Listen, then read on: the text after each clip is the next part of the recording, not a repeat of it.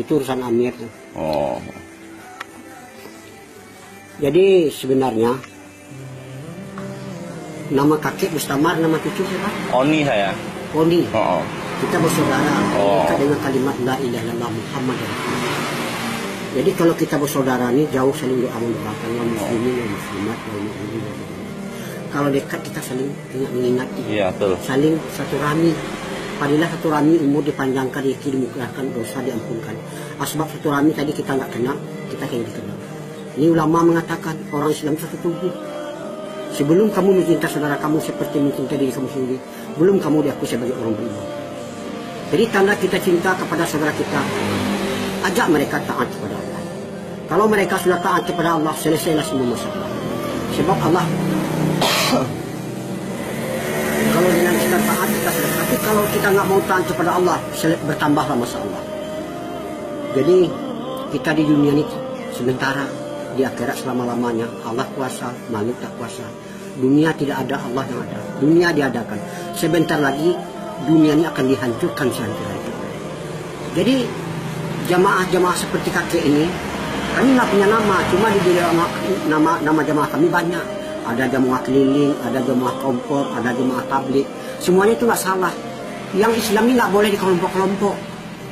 Jadi kami mengajak manusia taat kepada Allah, bukan mengajak ke organisasi, bukan mengajak kepada golongan, bukan mengajak kepada satu kelompok. Itu kalau seperti itu memecah umat. Tapi kalau mengajak taat kepada Allah, menyatukan umat. Jadi kita, Nabi mencontohkan dakwah itu menyimpan umat dari lorong ke lorong, dari gang ke gang, dari rumah ke rumah, dari pintu ke pintu, menyampaikan pentingnya perkara iman kepada orang Islam dan mengajak orang muslim masuk Islam. Itu dakwah yang dicontohkan Nabi.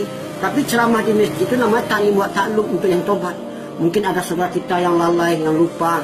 Banyak sekarang di tempat-tempat lain dia mengaku Islam tapi nggak sholat. Ini maksiat yang belum terbencar. Bagi yang tidak mendirikan sholat itulah orang yang meruntuh agama. Bagi orang mendirikan sholat itulah orang mendirikan agama. Jadi di sini orang beriman itu jelas Islam, tapi kalau orang Islam belum tahu beriman, apakah tanda-tanda orang beriman? A'udzubillahi minasyaitonirrajim. Bismillahirrahmanirrahim. Innama ya'muru masajidallah man amana billahi wal yaumil akhir.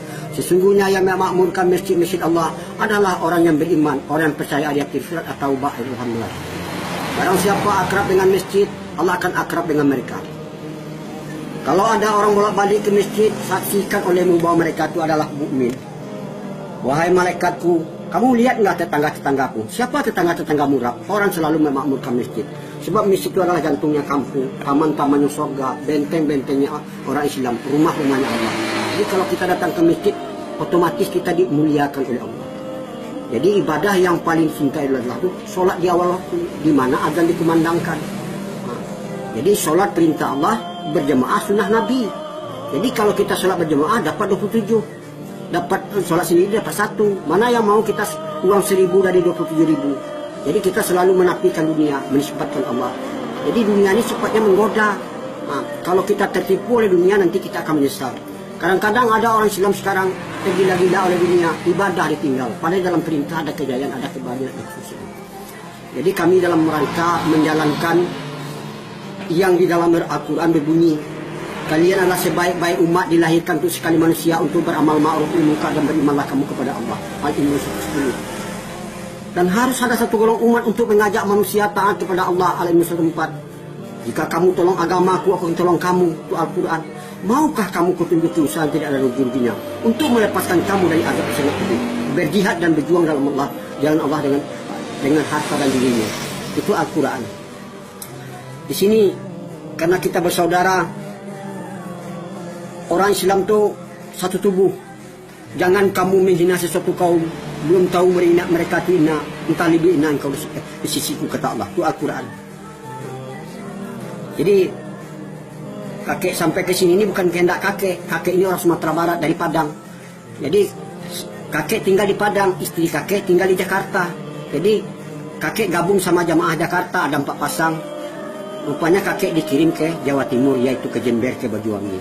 Kalau nggak sebab ini, saya mungkin nggak sampai, nggak ketemu sama Ani. Tony ya. Jadi mudah-mudahan itulah pesan kakek. Kalau kita taat kepada Allah, dunia ini akan menjadi budak kita. Taat kepada orang tua aja kita nggak ketemu sama kita, orang tuanya nangis di mana? Apalagi kita taat kepada Allah yang punya alam semesta ini Allah. Kakek datang ke sini bukan meminta-minta, uang yang ditinggal dengan dibawa sudah ada. Kakek ke sini ikut latihan.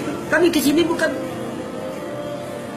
mengajari umat, kami ke sini pergi latihan cara Nabi korban dengan harta dan diri. Jadi kalau kita korban untuk agama, timbul rasa cinta, kasih dan sayang kepada agama, timbul rasa pikir dan risau. Sekarang orang istrinya nggak tutup aurat jadi masalah pada dia, adiknya nggak sholat jadi pada mereka di satu rambut satu dosa. Meninggalkan satu sholat berapa lamanya nanti akan disiksa. Jadi itulah yang saya bisa sampaikan. Mudah-mudahan sekarang orang menyampaikan agama dicegah orang, tapi orang membuat kemungkaran orang tidak mau mencegah. Yang betul sekarang disalahkan, salah kan. Seperti orang sekarang tutup aurat secara sempurna pakai purda, pakai cadar. Boh orang satu kampung. Tapi kalau orang nggak tutup aurat, orang diam aja pada satu rambut satu dosa. Nah, jadi itulah kidana saya membawa istri saya dakwah supaya nanti dia bisa dakwah kepada anaknya, bisa dakwah kepada mantunya, bisa dakwah kepada tetangganya. Jadi kalau laki-laki ini dakwahnya terbatas, nggak boleh selain dari mukrimnya. Tapi kalau istrinya tidak ikut, dia boleh dakwah kepada siapa saja yang menikah, yang masuk ke rumahnya. Itulah yang bisa saya sampaikan.